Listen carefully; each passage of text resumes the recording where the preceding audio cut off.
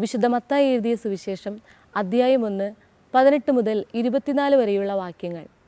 ഇന്ന് നമ്മൾ ധ്യാനിക്കുന്നത് ഈശോയുടെ വളർത്തുപിതാവായി ദൈവം തിരഞ്ഞെടുത്ത വിശുദ്ധ യൗസേപ്പിതാവിനെ കുറിച്ചാണ്. സുവിശേഷങ്ങളിൽ ചുരുക്കമായിട്ടേ കാണപ്പെടുന്നുള്ളൂവെങ്കിലും ആഴമാർന്ന വിശ്വാസത്തിൻ്റെയും വിശുദ്ധിയുടെയും സ്നേഹത്തിൻ്റെയും കരുണയുടെയും നീതിയുടെയും ഓർമ്മകൾ ഉണർത്തുന്ന വ്യക്തിത്വമാണ് വിശുദ്ധ യൗസേപ്പിതാവിൻ്റേത്.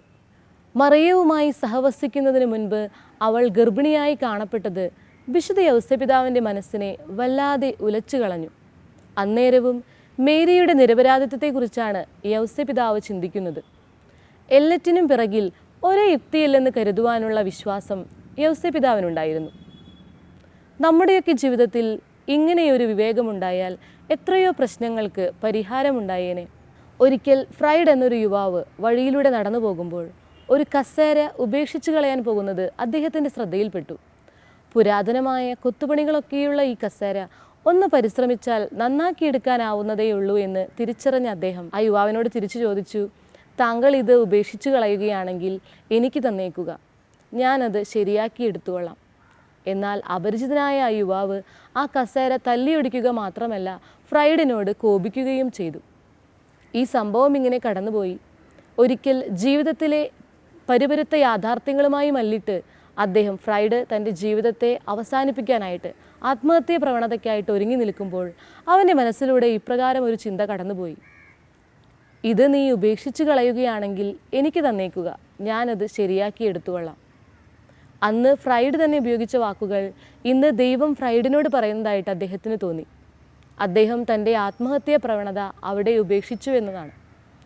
തകർച്ചയിലേക്ക് കൂപ്പുകുത്തിക്കൊണ്ടിരുന്ന ജീവിതത്തെ ജോസഫ് ദൈവത്തിൻ്റെ കരങ്ങളിൽ ഏൽപ്പിച്ചു കൊടുക്കുകയാണ് ചെയ്തത്.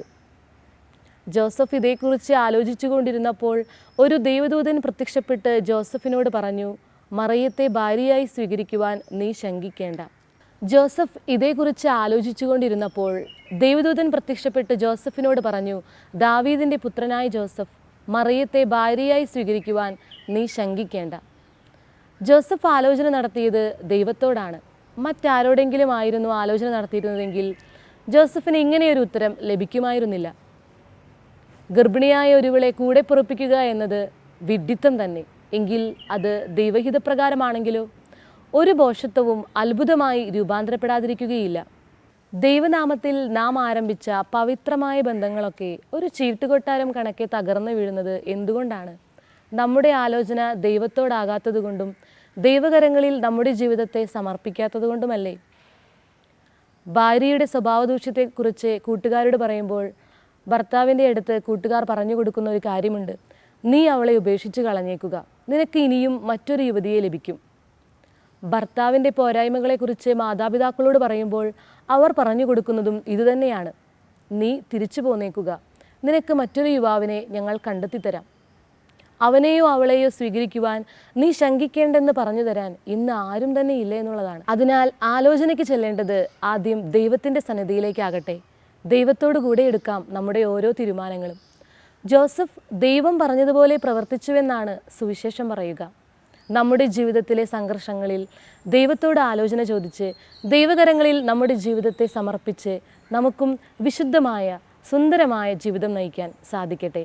നിങ്ങൾക്കേവർക്കും ആഗതമാകുന്ന തിരുപ്പിറവിയുടെ മംഗളങ്ങൾ ഏറ്റവും സ്നേഹത്തോടെ നേരുന്നു. നന്ദി.